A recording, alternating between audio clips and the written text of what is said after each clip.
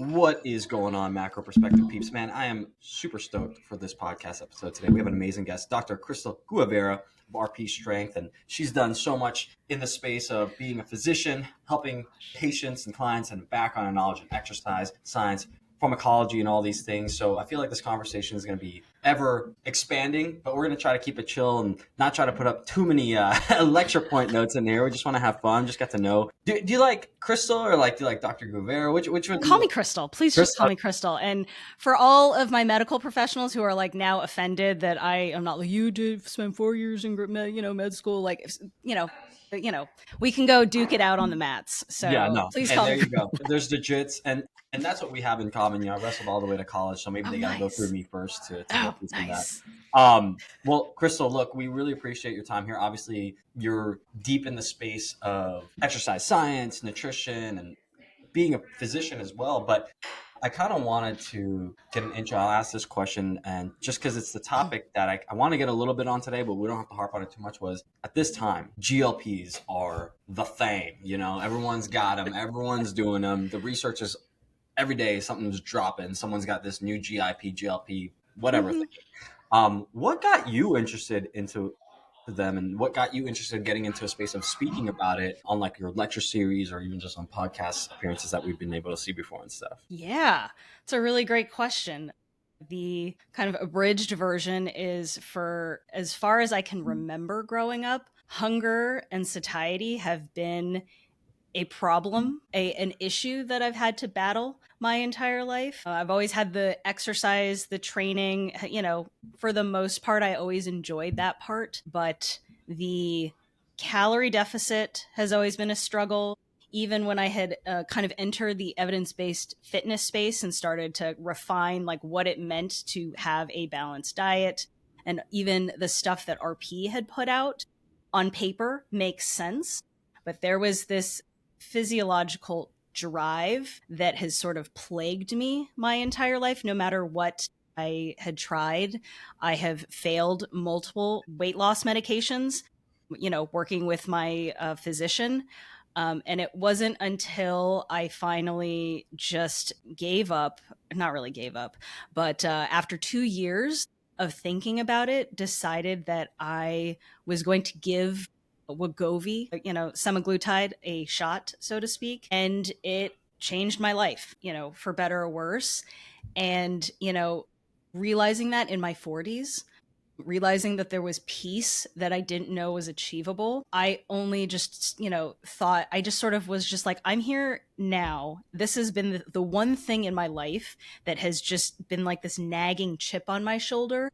And now I have finally solved that for myself. So I can only imagine how many other people have struggled with this as well. And I just got to a point where I'm not really working for a major healthcare corporation. I'm not working for academia. I do a lot of stuff with RP Strength. I'm not bound by, these higher up people who control what I can and cannot say on social media.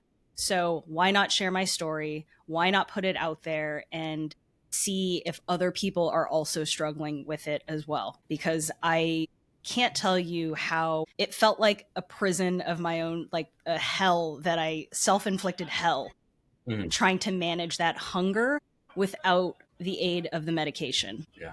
Wow. Wow. What a story. Wow. That's crazy. Thank you for sharing that. Yeah. And I think it obviously stemmed into the passion of being able, if it made that much of an impact for you, how can it affect other people that don't have the upbringing that you have, in a sense, with understanding the science-backed, nutrition, quote unquote, right? Yeah. And I feel like for a lot of people too, it's not a vanity thing, but it kind of is. It's just also being in a place where you can kind of get to a healthier place. And I think experiencing it in practice, like you said, before we hit record, how are so many people talking this and pontificating about all these things, but they're probably not using it in practice, right? And that's where I kind of appreciate that I've had such a close hand with clinical life versus just coaching people outside of it. And sometimes I'll even question some of my clients, hey, I really kind of noticed a lot of our conversations are led in these kind of poor decisions. Have you looked at using a tool like this just to see what it might benefit you now that you kind of understand protein, calories, all those things you didn't look at previously? Right. A question for you though. So in terms of in practice, how many people clinically have you used it with? Is it like in the hundreds, in the 50s, or like, 50 to 100 kind of range? Like how many people have been under, like, quote, your care? So with the original GLP ones for type 2 diabetes, I would say in the hundreds. Mm-hmm. Um, out of, let's see, actually, yeah, I would say hundreds, because usually to graduate from family medicine residency, you need at least 1,650 office visits, like outpatient office visits. That doesn't include the stuff you do in the hospital and like at other rotations. This is just within your home, like residency program. I would say about half of that. Somebody's high blood pressure, diabetes, and high cholesterol is just like bread and butter family medicine, Yeah. stuff that Yeah. you're going to be treating. So then I would say right now my practice is way smaller than that. I would probably say somewhere around, 15 to 50. Like I have a very, my telemedicine practice is something that's just kept very small because it's not the bulk of my day-to-day like stuff. So, Yeah. and that was by design. Does it include kind of like the health coaching element to it as well? Like bringing in the other expertise? Is that why it's so like small and niche to that degree? Just there are other projects out there. There was it's a long kind of story of how I ended up doing a lot more non-clinical work. I kind of graduated in the time of COVID, and I sort of just what a wild ride. So there was that. I wasn't on the medication yet, so I had gained a lot of weight during my fellowship, sports med fellowship year. I was not on medication. I, sort of went back to eating and drinking my feelings to kind of get by, to do all the things to graduate. And so I was at like 190, 411, and we moved from Vegas to Michigan, and I was just kind of in shambles, like physically did not feel well, mentally did not feel well. And I was like, I need a break from I want to do something not medicine related. So I took like an internship in the marketing department, did marketing research for a couple months. At RP? Yeah. I started interviewing people, talking about, diet app stuff, anything about, just something to get away from medicine. But I still got to talk to people and kind of connect with people. So, and it took me a couple months for me to realize, okay, I want to return back to medicine, but I want to do it on my own terms. I do think there is, having that many points of contact with a patient about lifestyle stuff does add to my plate, because I like to talk to people multiple times a week when I'm, doing kind of lifestyle, medicine, or depending on where the patient's at. Yeah.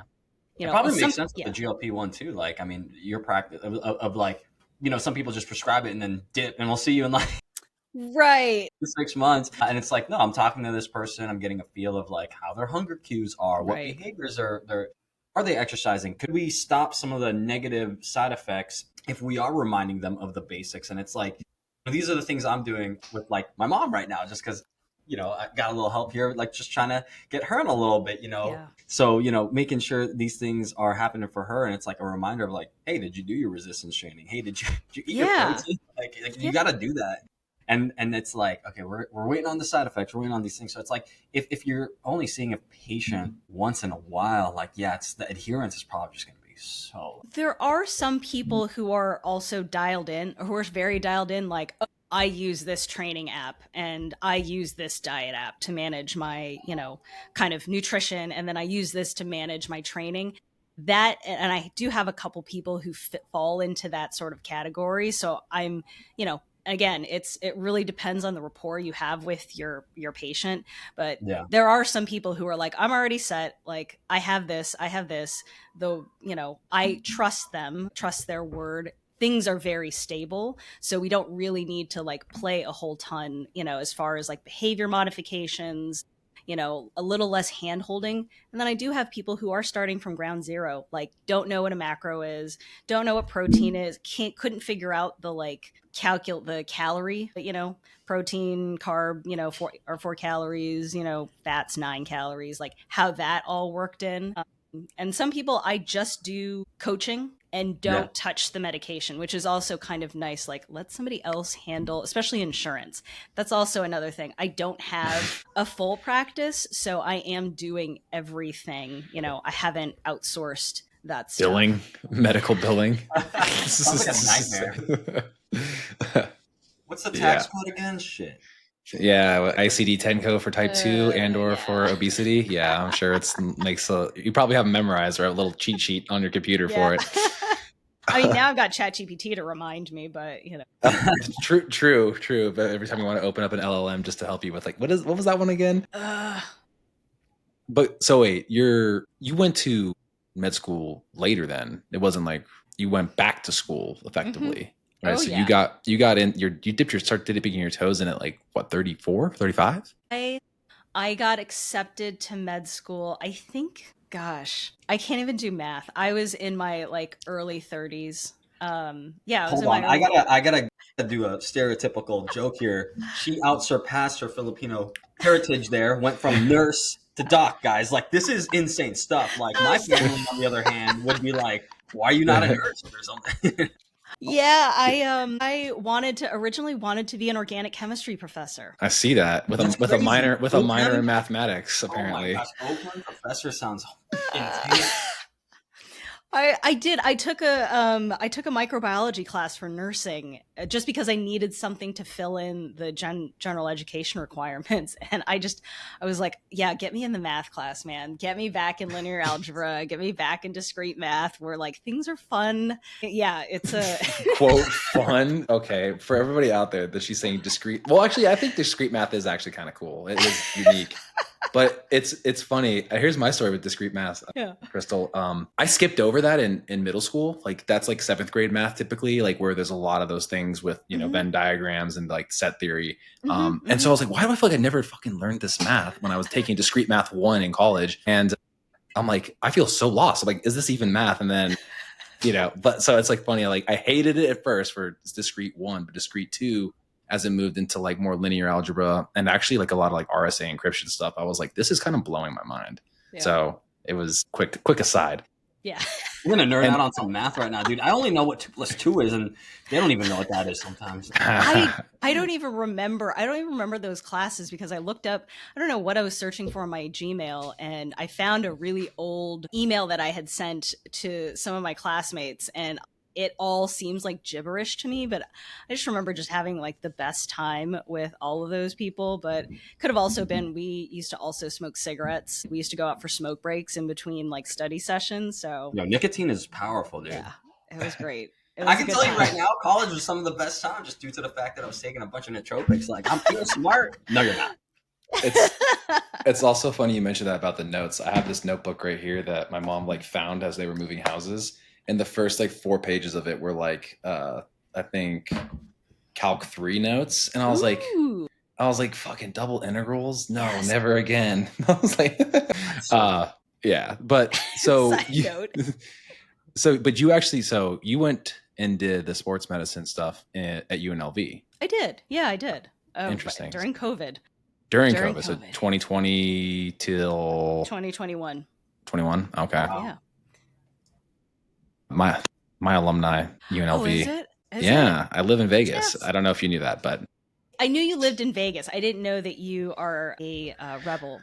Yeah, I'm a rebel, and I'm Vegas native, born and raised. Oh, snap. The fun fact about me is that I usually tell people like, where'd you go to school? It's like every college, big or small, in the state of Nevada to save money.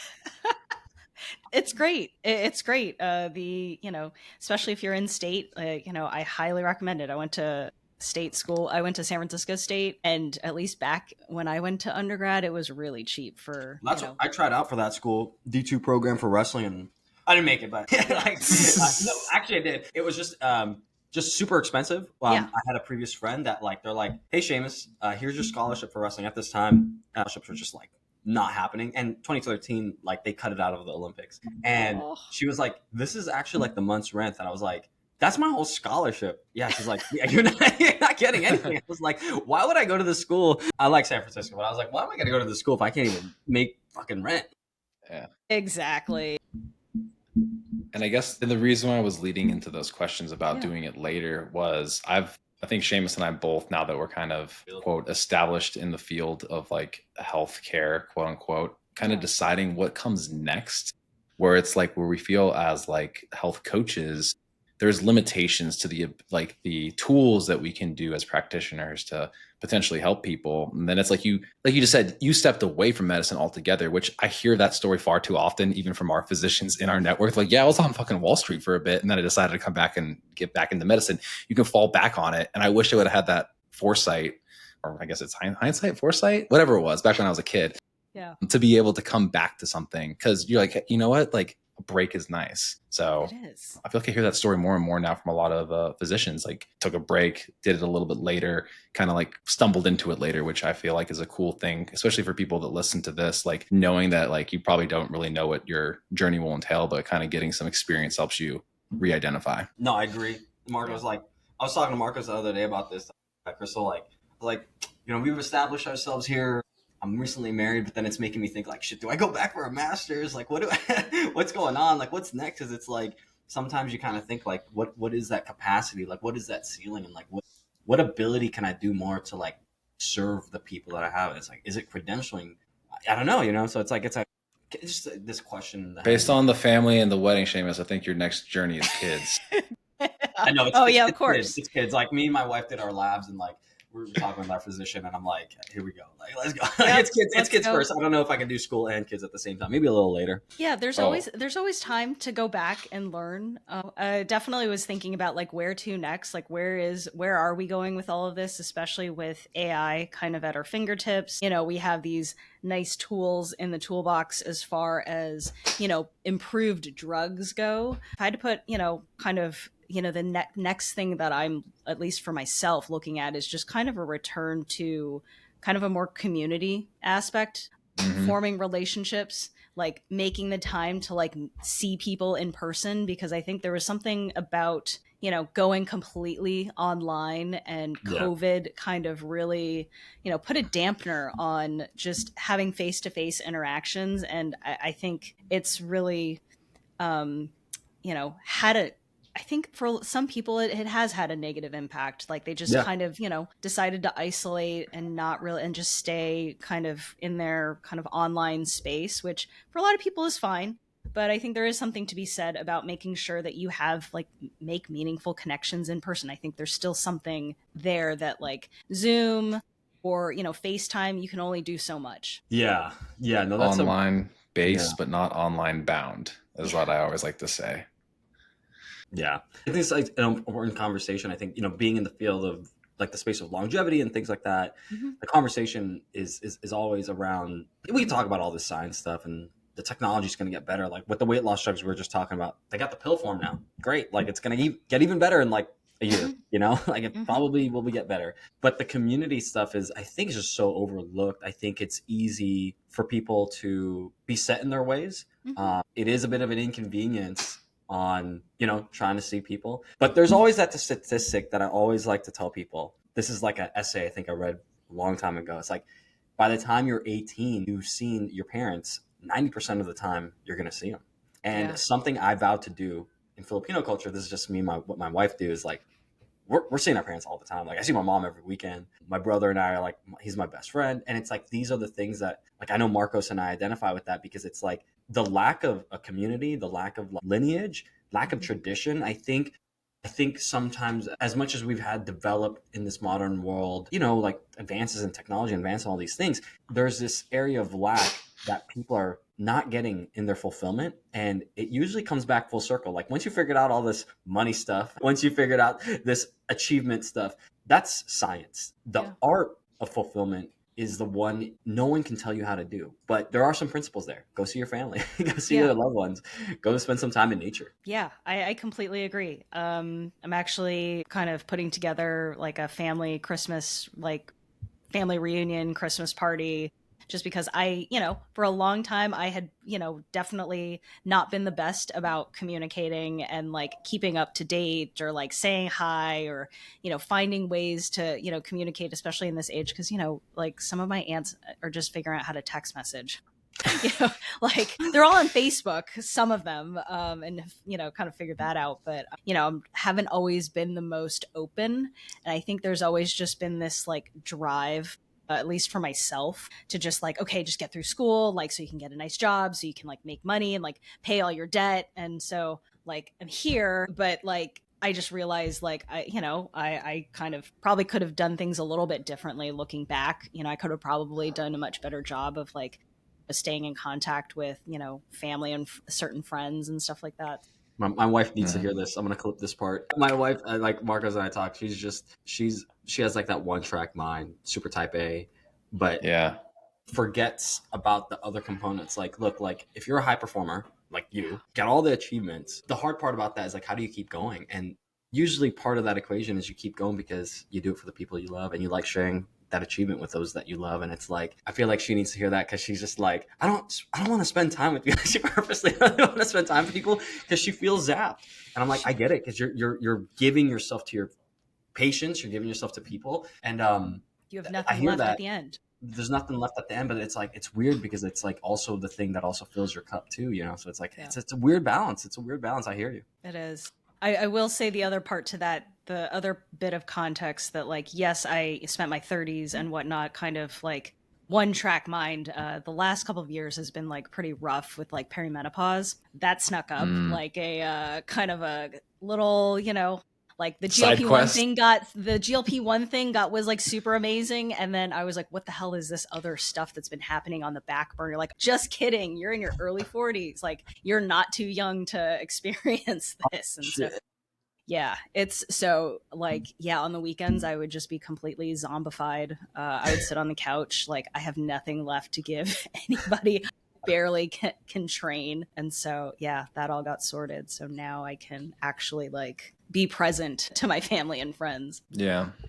How has that like downshift of hormones truly, like, I mean, obviously you experiencing it like versus hearing it, right? Because we'll never experience it as guys, obviously, Have you guys ever competed in bodybuilding? No. I mean, I have gotten down to like, according to DEXA, like 6.5%, which is, not quite there, because I think those people on stage I was on, like, I'll see if I have any comparisons. I can go back. I've never competed, but like I said, I wrestled the jiu-jitsu, competed in that nationally, but I've cut like 22 to 27 pounds max over 1 week. And I was on death's door, and that was the worst because that's when I competed for Team California, and I fucking broke my shoulder, my AC joint, and like I realized, I was like, oh yeah, you don't have any water in your joints, like you're probably gonna die. But when you're a young 16-year-old kid, pure testosterone, and you want to just break everyone's face, like it works out. It somehow worked out. Yeah, it's a man, the gaslighting from the "you're too young" or "this is what life's going to be like welcome to your 40s" kind of thing was a little bit of a mind trip from providers. So I had to go through a couple different providers. Wait, you're saying providers were giving you crap about your transition? I had a long list of like, this has been going on the back end for like about 2 years. It's getting worse. I'm actually in therapy, like whatever mental health stuff is like, I'm actually improving myself, like improving my communication, like building all these other skills, but like, it's not taking away from the fact that like if I had to like rank order list of like things that like started to creep up on the back end, it was the brain fog and the word forgetfulness. The last time I experienced that was when I was on Topamax for weight management in residency. So I would probably not do this podcast, be a little hesitant to do so, because I would just be mid-sentence and then just sort of trail off and forget what the hell I was talking about. Or you guys would be saying something to me, I'd be like, what? And so that was terrible. Wait, I got a question on that then. So how did you, I mean, being in residency, graduating from like OChem and all these different things, and like, how did you get through that? Did you just bear down and just do a bunch of caffeine or something? Like, was it pure will? So undergrad's where I got really fat. And so I was eating about 4,000 calories a day and just drinking like all sorts of monsters and frappuccinos from Starbucks. So that's how I got through undergrad, organic chemistry. But like, I had, I was not perimenopausal, throughout medical training either. So I had more energy pulling 24-hour shifts in residency than I did just very recently, where I have a pretty damn good life where I'm not on call. I work in, for the most part, I have set hours that I work. So like the energy drop was terrible. The crippling anxiety. I would wake up and just feel like this doomsday thing is happening. I couldn't sleep. I had hot flashes, low libido, vaginal dryness. It was like I was uncomfortable walking around in like pants. So I think the last, were you guys at the Real Coaches Summit in Vegas? We were not. We're not. We're going to the next one. We're going to next year's. It's all good. I gave a talk and I was like the most uncomfortable. I wore pants and I was just like, oh fuck, I'm so uncomfortable walking around. Just so, let's see what else. My training capacity decreased, so I went from like even 4 days of training to 3 days and then 2 days a week of training. I just felt exhausted. My numbers were in the toilet. I purposely gained like five pounds because I was like, maybe I'm too lean. Maybe my genetics are such that like I shouldn't be at a low body weight. I was like 135 at 4'11", crept up to 145. I still felt the same way. There was no, improvement. And then, I got blood work. And at one point I had low estrogen, but then I had repeat labs. So because in perimenopause, it's all fluctuating. You can't catch it, so she was like, oh, well, it's normal. So we can't, it says it's normal here. So we can't, treat you for anything. That's the shit I hate. Like, we have this overwhelming, evidence. Anyways, I wanted to say too, before we continue on, thank you for sharing that. Like, I feel like that vulnerability, like really appreciate. I don't think a lot of women I don't know. I can't speak for them, but I don't think like people get that, that raw realness that you just gave is like, oh damn, that's what's going on. Even on the younger end, some women don't even want to share that. So it's like, that's what it is. It's like, if you're dealing with that, like listen to what's going on here right now. Yeah. I just, I sort of, again, especially with the weight loss or, the GLP-1, kind of drug thing, I'm just kind of at the point now where it's like, okay, somebody's going to go on Reddit and make fun of me. Like, oh yeah, she had these sexual side effects. Ha ha ha ha. Like, what are they going to do? Like, go ahead and make fun of me. Like, I grew up on AOL. I've been through car forums where the original trolls, 4chan, like I've been there before Reddit existed. Like, what are you going to do now? Okay, first off, bodybuilding.com forums too, yes. I'm sure. Yeah, exactly. Like if you've gone through those, like you've got thicker skin than everybody. And here's the thing, just a little bit about, again, I'm gonna bring this back. Filipino culture, like your titas and your titas primarily say some shit that you're like, why are you saying that to me? Yes, hell yeah. They'll say things like, I literally had like titas say like, man, you're looking bigger. I'm like, luckily there's a cultural thing here. There's a cultural thing here where I can't disrespect you, but it's like, says you. I did do that one. I did fire back once and I got slapped. So rightfully so. There's no jujitsu skills yet? No, I did not have any jujitsu skills. But I was like, my bad. I was like, I hear you. And then when I started lifting, I was like, you better be nice to me because who's going to pick you up? Like when you fall or whatnot, you're going to need somebody to pick you up. So. There it is. Respect goes both ways. It does. It does. That generation, I feel like it's, granted, I'm Hispanic. So kind of the same thing with my TTs. Like they do the same thing, and they're also, to be honest, a little weight obsessed like that. Like, they needed that super slender, like they'd be made fun of if they weren't like rail thin, like size of your pinky kind of thing. And it's, all of it kind of like goes back to what you were saying about like how the mind can be affected by that. And I'm wondering too, like, as you're mentioning, these, aging medical symptoms kind of things happening at different times. My other colleague that's in my office with me, she's 60 now. Is she 60? Mm-hmm. Bonnie, I'm sorry if I misquoted your age. I'm sorry. She's I'm pretty positive. She is 60. She's 60. It was the big one. She was the reason why I dieted last year. And it was like for getting ready for her 60th birthday. I try not to, age women.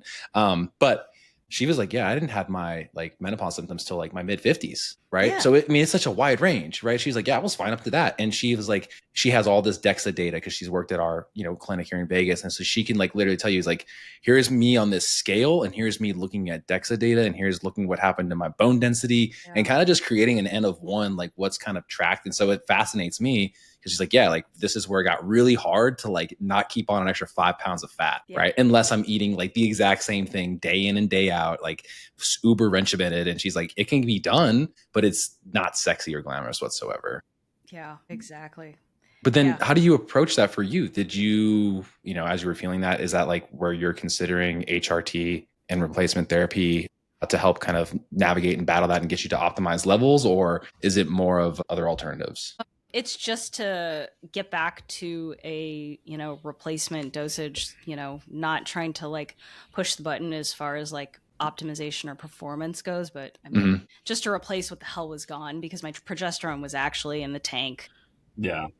And, my estrogen wasn't like terrible, but it wasn't all great either. And I also had a lot of skin, like a lot of eczema issues, like just all of a sudden your skin just turns, you start to age really fast. That doesn't help with like jiu-jitsu too, because I got psoriasis and like everyone's always like, you got ring? I'm like, I wish like I could handle that.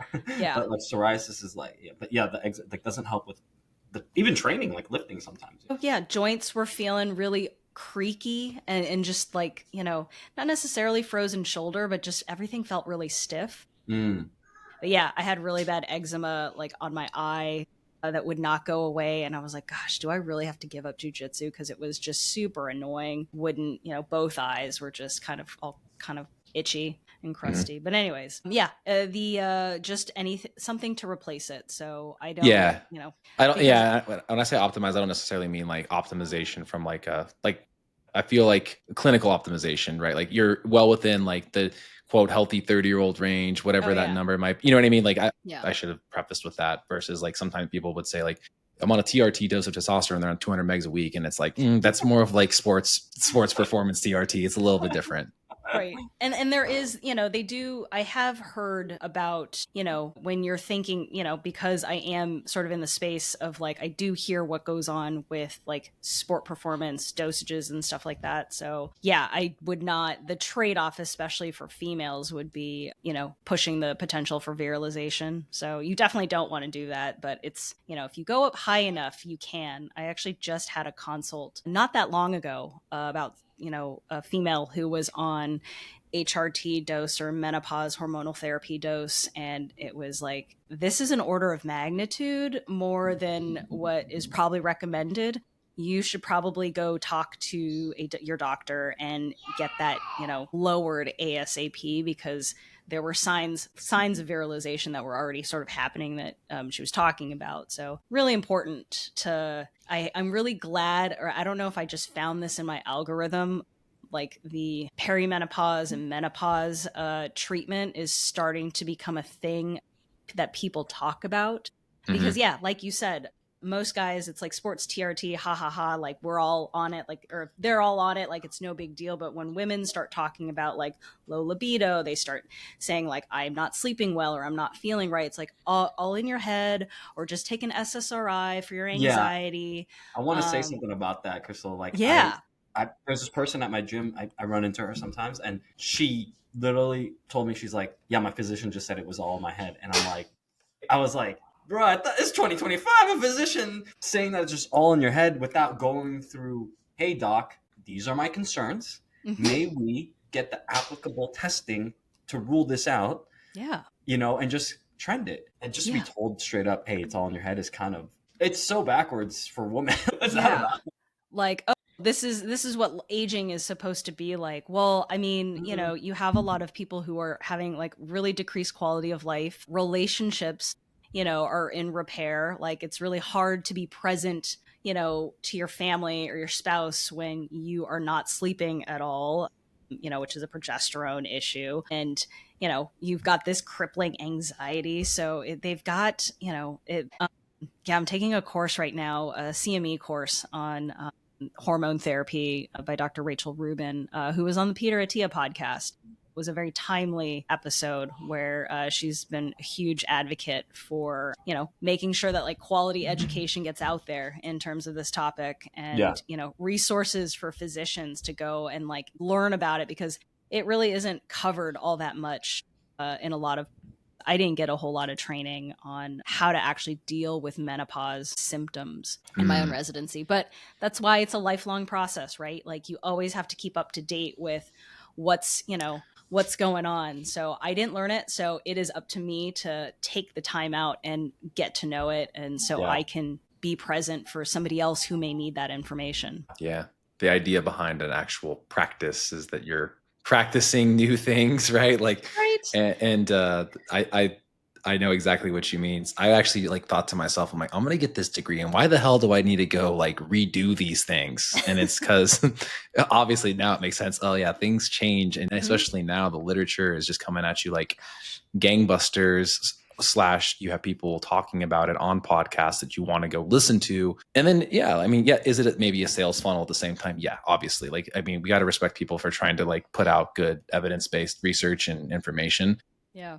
But you're right, it is super timely. And I kind of steered us towards that because I feel like the stigmas, right? Like there was a testosterone stigma for men for a while. And it's kind of like now they're like, how are you not doing it, bro? Right. And then, to maximize your sleep quality and all the other stuff, all the other benefits. And then there's a stigma with the GLP-1s, right? Like everything we're talking about has been stigmatized. And I think that the women's health initiative, in a sense, is being stigmatized a little bit too, because no one's really talking about it. And it's like no one wants to delve into it. So having more conversations about it hopefully will help women. Like you're mentioning some things that's like my wife's in her, later 30s now, right? And she's like, is it like weird that like these things are like just happening? I'm like, not really, but like you're also not really all that receptive to thinking about like proactivity of therapies that might benefit you because you might be afraid of like how a hormone can impact you like negatively. Yeah. And so I want to be able to provide information that even she would like become accustomed to listening to, so that she would be open to that when the time does inevitably come, and if she's not figuring it out.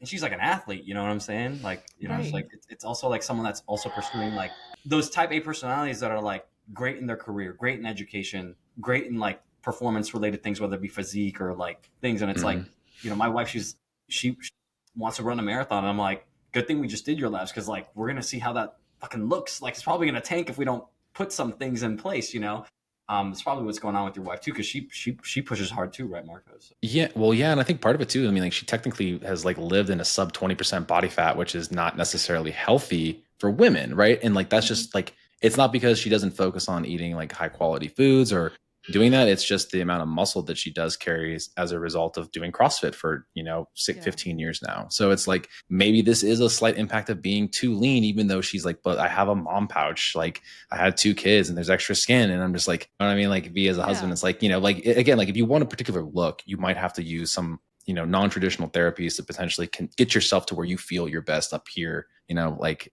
with your brain. So conversations about this, I think, are super fascinating because, feeling your best, it might be the physical embodiment of yourself, but it also could be the mental embodiment of yourself. And all those things need work. Yeah. And it doesn't have, you don't have to start one versus the other. I think that's another thing too that I've seen, I guess, most of the time in the fitness space, but sometimes also in the medical community as well. Like, oh, you need to like be in a good mental, like you need to like be sure you're happy with yourself before you work on any of these physical changes. And it's like, not everything has to like, or you have to like fail X amount of diets before we can ever consider a GLP-1. It has to be the last resort. And it's like, no, not necessarily. Nothing happens in a vacuum. It's not like this is the ideal timeline. Sometimes people might need that medication first to get them started on the lifestyle aspect, or sometimes people are too scared to do the meds. So we start on, it really is a flowing conversation, and there's no, it's the art of medicine and the art of practice, and having that fluid conversation and that rapport that makes me a little hesitant putting out like that rage bait, like 30-second clip of like, if you're doing this for X reasons, like you're a bad person or you're terrible. Like I wanted vanity at 190. I also had, I'll probably sleep apnea, and I had a whole host of other joint issues and, medical issues too. But like, yeah, I wanted to change the way I looked at that size. Yeah. Does that make me a bad person? No. It's so interesting how I think we were alluding this before getting on the pod is the concept of like the judgment that comes from the medical or the judgment from the fitness space about certain, pharmacologicals or medicines. And it's like, look, again, it's part of the conversation. Why is there a criteria of how you're judging me? Is it because you think it's cheating? Is it an ethical thing? Like, why? Oh, it's because you didn't do the work. It's like, whoa. For some people, this, like, let's keep it the GLP, that GLP may be the initiator for them to finally stick to the habits you're talking about, which is calorie tracking, exercising. Maybe for them, that was the final bridge for them to stick to the consistency that we ask for them and really helps their behavior change. Sometimes, man, to this day, us coaches talk about all the time. How do we get these people to change behavior? Like, I just want them to track, or I want them to eat more protein, or I want them to sleep more. And it's like, we're working on a million different. I just finished, I think, Precision Nutrition's SSR certification, sleep stress management recovery, and we talk about different ways to collaborate. Marco's still got to do it. You still at 0%, buddy? I'm still at 0. Sorry, quick as I'm laughing because Seamus got it done in 6 weeks like we had planned, and I'm at 0% and he's done. It's just we'll move along. Stuff happens. It's also self-paced, right? So it is self-paced, and that's a problem for me because I am not self-motivated anymore. You need that weekly class. I do. But that's the thing, though, is sometimes that's that last bridge, and you help people come to these conclusions and awarenesses of themselves. And as coaches, we're trying to dig in there. We're trying to dig in there. And it's look, I'll be really honest with you. Sometimes I think the psychology of having a really powerful medication and having the financial incentive to do it too. I think there's something about that with some people where they're I'm sticking onto this. I'm not wasting my money and not doing everything else. For some reason, maybe there was room for error because you're I'm not really into it. But now you're really into it. So there's something there. And to shortstop that and say, oh, you're cheating, you're not disciplined, you're not this. It's when did we decide that promoting health was in that way was bad? They're getting healthier, but they're bad people because they're getting healthier. Whoa, dang, bro, come on. Because it's not the way that they wanted to. It wasn't in their plan. Their plan does not include having to deal with somebody on a medication. These actually work on hunger signals. I wish there was some sort of blood test or a functional MRI scan or something in which you're just okay, your hypothalamus is overreactive and you would be a great candidate for this drug versus somebody else who, because we can't quantify it. I can't tell you but I mean, these drugs do have a very powerful effect on the hypothalamus, which affects the appetite signaling and also affects the the gastric emptying of the stomach contents, which helps that feeling of being satiated. I feel like it comes from an okay place. I think the people who do clap back against the use of these drugs may come from a place of if I didn't have a problem with it, I don't think these other people would have a problem with it. And the other thing too is that the online fitness space is a very self-selecting group of people. So I don't know what their clientele will look like. I would imagine they're for the most part, pretty motivated. I mean, a lot of people, if they're going to pay money to, for one-on-one coaching, it shows a level of, motivation versus somebody who comes into the office because they have, obesity on top of all these other comorbidities who, it's a different, I just don't know what kind of what their clientele, entails. Is it a completely focused subset of people that you deal with or, Yeah, no, it's a good question. A quick analogy on this is it's kind of like a purist mindset. The best way you could get it, Christle, is getting your black belt. The purest way is stay in the gi and, spend 10 years in it and then, go to every single class and make sure you know all the techniques. But it's what if I come in and I've been doing wrestling for a long time and I just tap the shit out of all the black belts in the room, which I've done. That's not fair. With some of the black belts, but I'm still technically a white belt, blue belt at my specific level. It's well, I don't know. It's I think the way to success, if you can be successful, I'm not going to try to stop you. You know what I'm saying? Yeah. Obviously, have some clinical oversight. Do it in the best way you can possibly do it.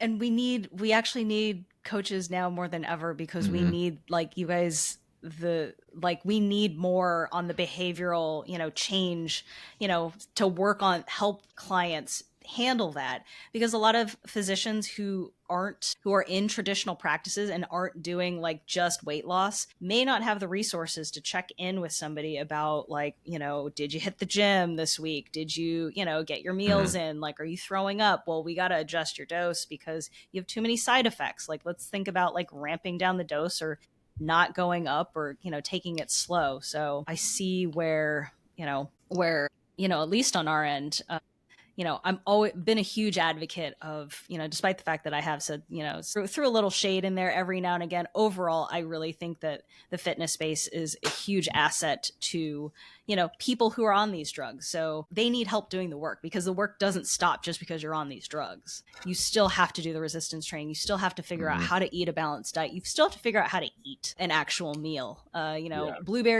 handful of blueberries and a couple of almonds does not make a meal. And if that is what if that's what you consider a meal, I would not be surprised that you're complaining of constipation. That's so funny, dude. What goes in must come out, right? So if it's like this much, this much food, then only a very tiny amount of stuff will be coming out of the other end. Mm-hmm. Well, and to that too, of course, that was a poop reference. That was a poop joke. I think the biggest thing though, like you just said, and I think because I spend too much time listening to podcasts and like morning walks and things like that, just to like become as well versed and get other people's take on it from people that also make the conversations fun and exciting to listen to.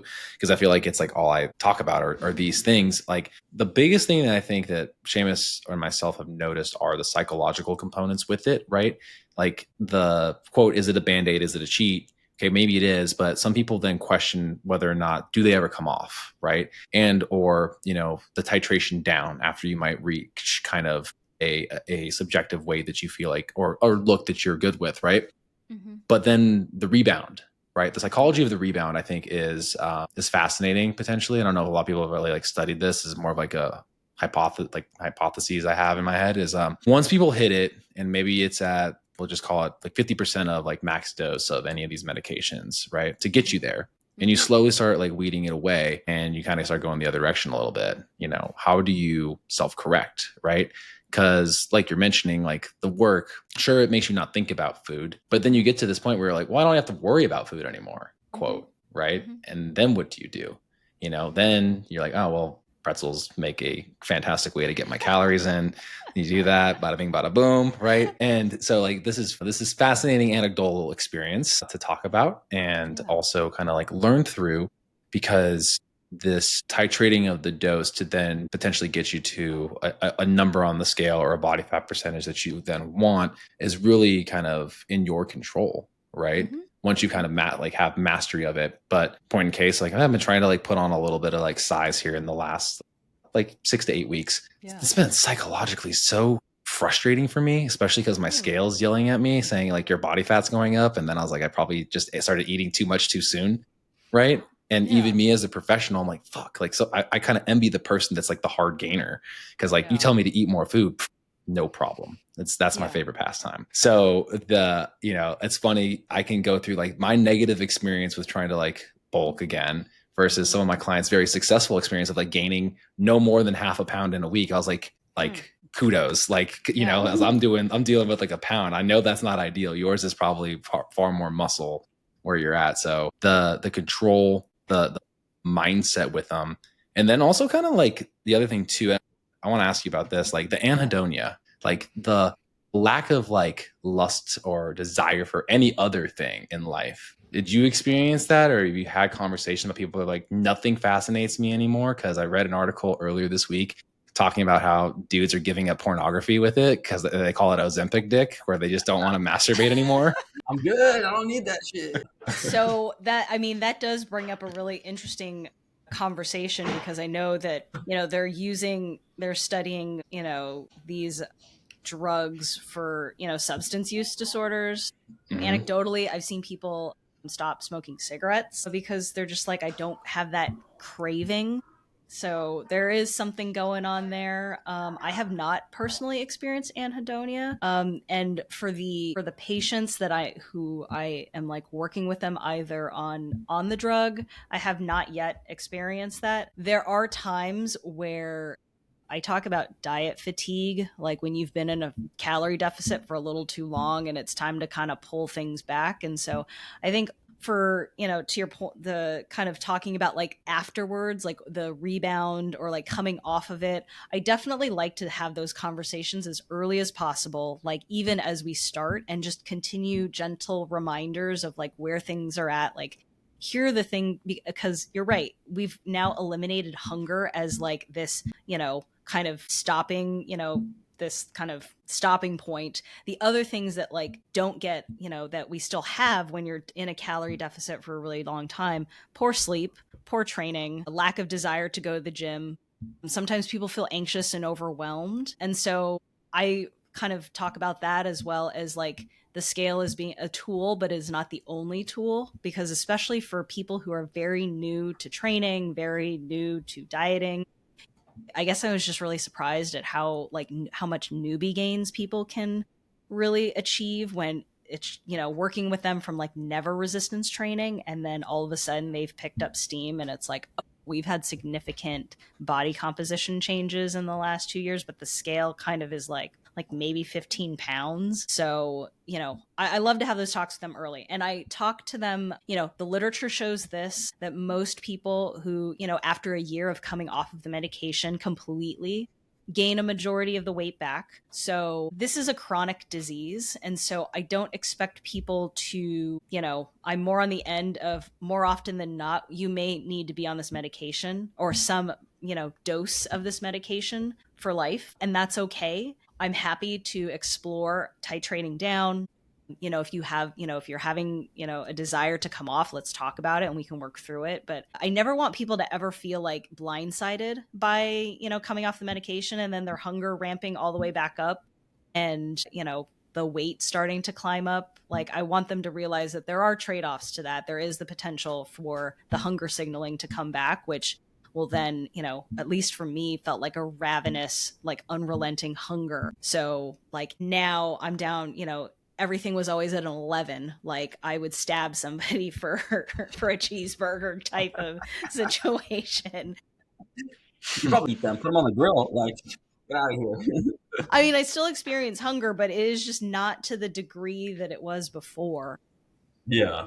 And so, and then just making sure that like, they are in tune, starting to get more in tune with their body and their signaling and what their sleep is, quality is like, and what life is like. So always having those conversations with patients is super important. Yeah. And I think too, like the paralysis analysis of a lot of things with just like protein consumption to help with like, retaining muscle tissue was something I had this like weird thing going off in my head today.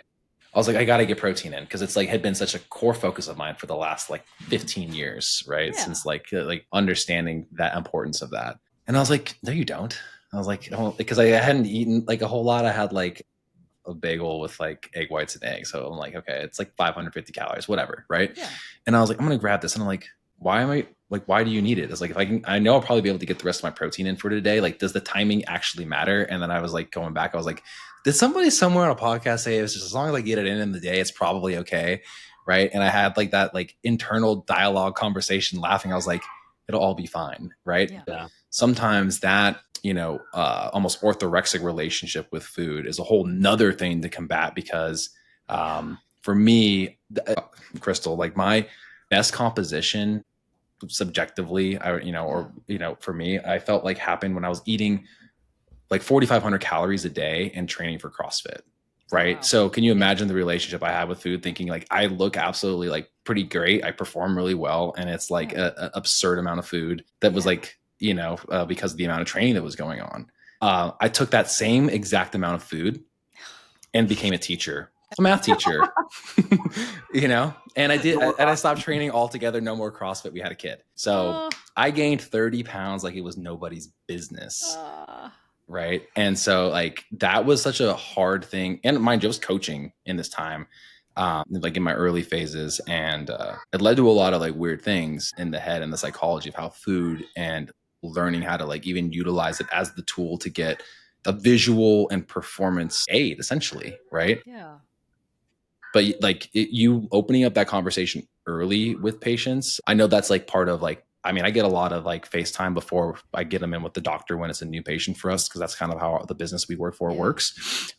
Whether it's someone that's repeating and they're not on it and, the weight doesn't look as good as it could have in the first year in terms of like goals, or they are interested in that and their friends started doing it. And that's where they kind of want to know how to utilize that.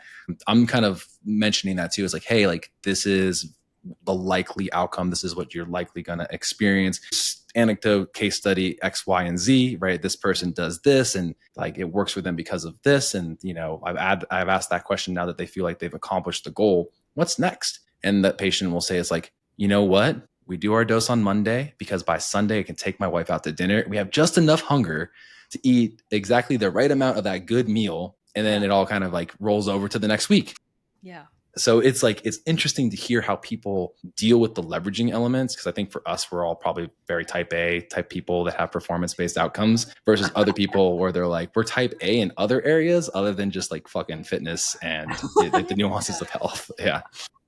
Yeah. And it's important to realize that I'm a huge fan of smaller steps to try, you know, as far as behavior changes go. I've got people who are moms, who are parents, who, you know, are also studying to be in school. They've got jobs on the, you know, trying to make ends meet. So trying to like, you know, I also want to like, I also try to, you know, mind them that they have all these other things going on, that because I know they see stuff on the internet. I know they see, you know, yes, I follow a lot of fitness influencers. Yes, I put all my other, you know, some of my own training on there, but like there's a lifestyle component to this. And like, you know, it took me 5 years to go, or 3 or 4 years to go from, you know, 190 down to 150. So it wasn't like just yesterday I just showed up at, you know, 145. Like this took years of work, you know, from COVID to now.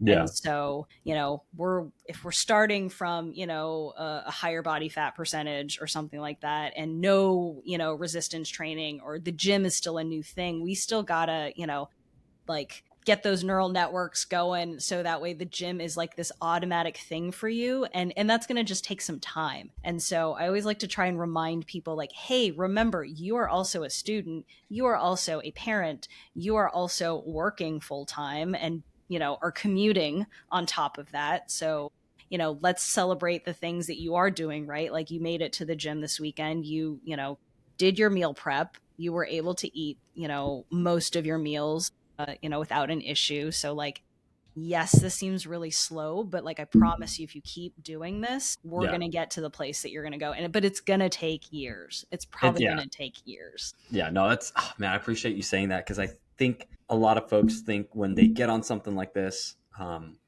they're just not remembering that like identity change from behavior change, from actions, from skills, from practices, from routines, it's going to take time. And also, if we're talking about community, kind of bringing back everything that we're talking about, like the people you spend time with, your family, your friend, like, did you forget your, you know, like you're going to the gym today, but did you forget your kids?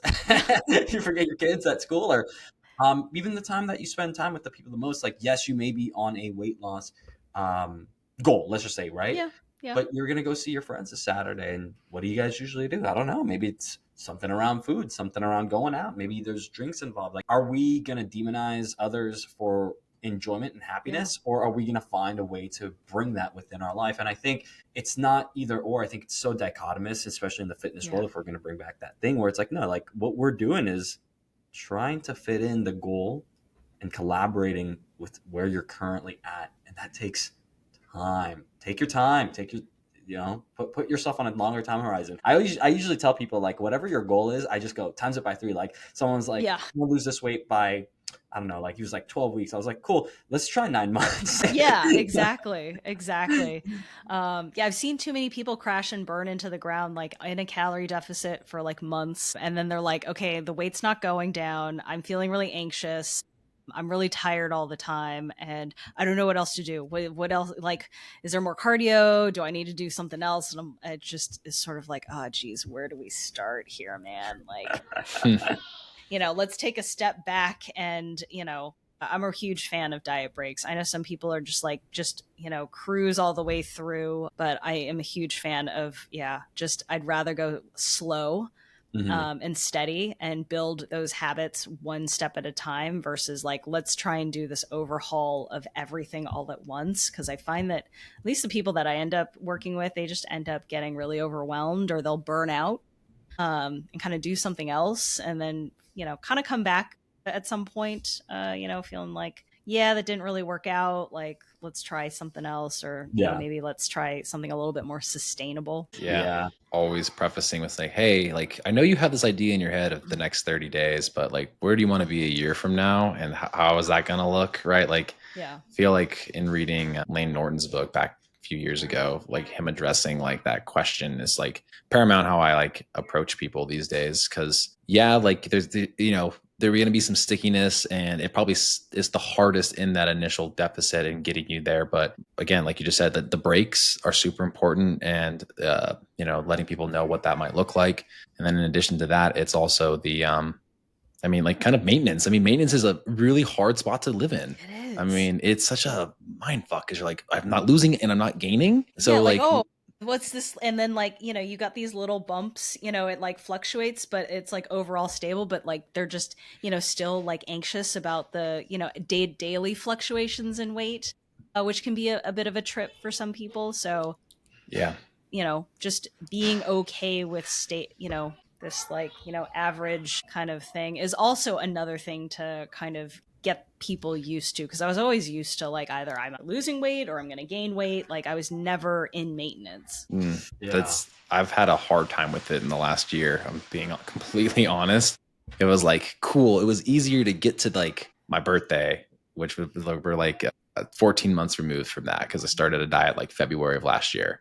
Then it's been like kind of maintenance mode, and it's like kind of like I'm floundering through it. And amidst that, like, yes, there's the benefit of like, I'm not diligently tracking. It's very like habit-based eating. Right. And, to the benefit of the diet, like, of course, like coming right out of the diet, when you add a little food back, like lowest body fat percentage you're going to see on a DEXA for everybody that's wondering, right? Fat's low, you add some glycogen back, you look real good.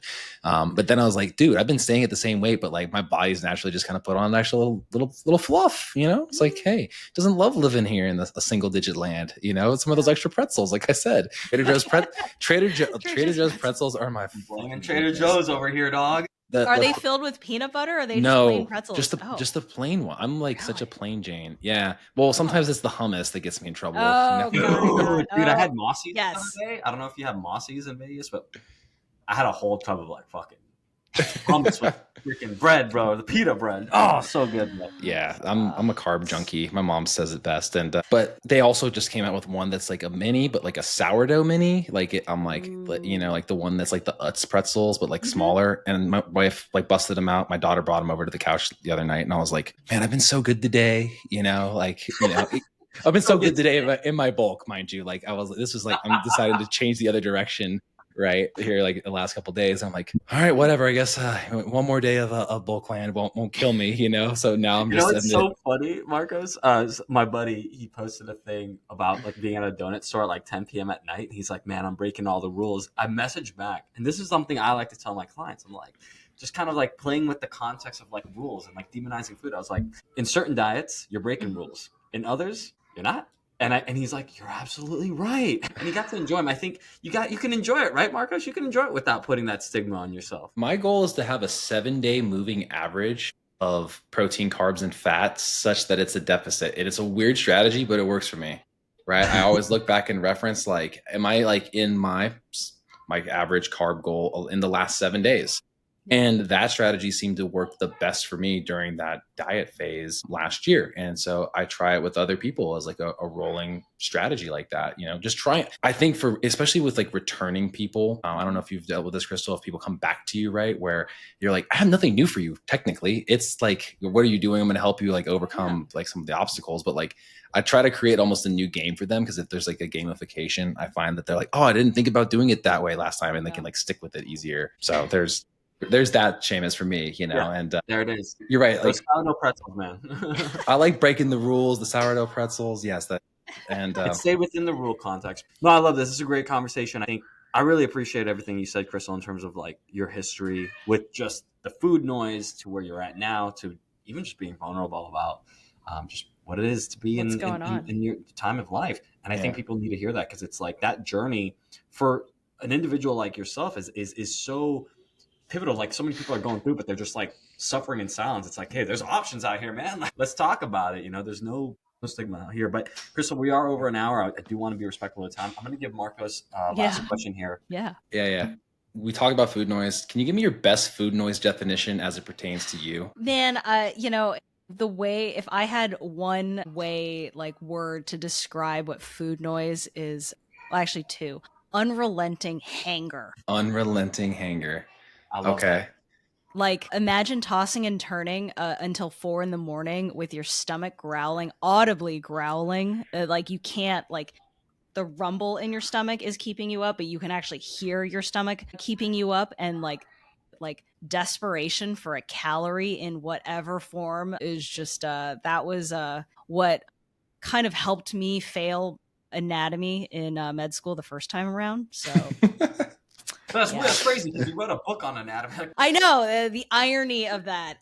But yeah, no, I was in a deficit for a year. I thought that the calories that I had dieted on with this bodybuilding coach was going to be the calories I was going to live with forever. So yeah, I was doing cardio 5 days a week. I was training 3 to 4 times a week, and I was just a zombie first summer of med school. And yeah, failed by a couple percentage points. Had to retake it. Passed on the retake, and then I stopped dieting. And yeah, that's the whole more is good. Like, more isn't so good. It's like, one to leave, you got no headache. Take 10 of leaves, no more headaches. No more headaches. Yeah. Seamus, one last thing though. So food noise, like food doesn't really make a sound, and then we have nose blind. So how many different like weird? I'm just kidding.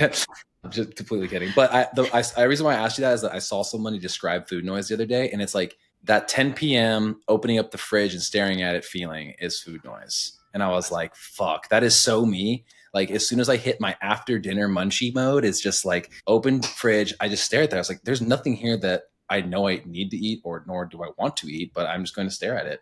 And it's just like the multiple instances of that. Like, and I laugh. I was like, that food noise describes me for sure. I would check the refrigerator multiple times throughout the day. It wouldn't just be a 10 p.m. It would be like a damn, somebody just like lock up this fridge and like throw away the key so I can't access it, because it is on my mind. But yes, I totally. My wife will always make the joke where I'll like kind of walk into the pantry, walk out, open up the fridge, and it's like she's like, do you not know how to not be near food? I'm like, one, it's my job. Two, I have to cook for you, so I'm thinking about what's the next thing you're gonna ask me for. And three, it's like, yeah, most people might be a voracious reader. I'm a voracious eater, so it is what it is. Some people are both voracious readers as they eat. Yeah, but Christle, hey, so this podcast, I think people are gonna love it. Thank you so much for your time. Seriously, like, I think your insights, your knowledge, where you're at in your journey, I think it's just gonna help a lot of people. Not only are you like an expert in this place, but you are within the space for yourself. So it's like, hey, look, this is the reality of the situation for a lot of you guys. Come on, like, listen, take. If you're not listening to this, like, what's going on? Christle, by the time this comes out in a few weeks, you're going to be doing something. Would you mind just letting the people know where they can find you and what is happening at the end of August, September for you, so that people can probably join in on anything that you're doing, anything else you're excited about? Maybe it's RP Strength, a seminar, anything else. Yeah. Oh, yeah. What's its face? I am at like mid-September. I'll be in Dallas giving a talk about GLP-1 drugs, a little bit more formal, at the Powerhouse Summit. And so I can provide a link for that. But I also just mostly on my Instagram, because I don't do TikTok. I don't have time for TikTok, is Dr.Christle. I can put in the link below or wherever. We'll handle it. We'll handle it for you. Yeah. But yeah, please, like, if there's, one bit of advice I can give for people out there, like, talk to your doctor, if things are coming up, like, that's, there's like one bit of advice that I think will never go out of style, is if we don't bring these conversation topics up, if we don't inquire about it, be proactive about, you and your health. And if something doesn't feel right, seek answers, and ask people, ask for help, because there's no shame in that whatsoever. Beautiful. And yeah, I mean, everybody listening, we would really appreciate a like, a follow, a subscribe. That'd be great. We are now over officially 500 subscribers on YouTube, which is pretty, I mean, it doesn't seem like massive, but if you get a room of 500 people and you're giving a keynote speech, you'd be pretty freaking nervous. So we're jazzed about that. Thank you all for the support and the listen time. And all the people that are on like Apple and Spotify that have given us follows that we went back and looked at, thank you guys as well. We didn't know that we needed to be on Apple a few months ago, and then we flipped the switch and we're like, oh yeah, this is the #1 streaming platform. Oh, we're fucking stupid. Whoops. We're just on YouTube and Spotify. Whoops. So we appreciate everybody there. Again, go check out RP Strength's page, Dr. Christle's page. again, thank you very much. And the speech that you give, I'm sure, is going to be super valuable. And I believe you're going to be at the Real Coaches Summit again next year too. Yeah, I will be attending. I will just, not happy speaking to hang next out. year. Yeah, Okay. I think, usually they get a new set of speakers, which I think is really awesome. Like, I don't know, it'll also be cool because I won't, have that on me. So I'm gonna be chilling. I'm excited to just like go and like socialize and like learn, because sometimes when you're presenting, it kind of takes away from like me being able to sit there and just like absorb like other people's talks. So sweet. Well, then we will see you there, and we'll try to pick you out of the crowd. I think we'll be able to find you quite easily. You said you're 4'11", so right. Or I might be hiding, so you might not be able to see me, because everybody else is so tall. Yeah. And then for everybody else too, we want more details on that. Go check out the episode we did with the ROM. He mentioned that he is the leader of that, and that's one of his big projects. And then after this episode too, if you want to look at another person who's doing great things for more of like male optimization things, we have Ali from the Silverback Summit as well. So go give that episode a listen to. And reason why we're mentioning all these things here at the end is that, hopefully in the future we can drop different things at different places where people could click the link and do that. It's all on the docket. So thank you very much. Thank you very much, Dr. Christle. And thank you guys for listening. Thanks so much.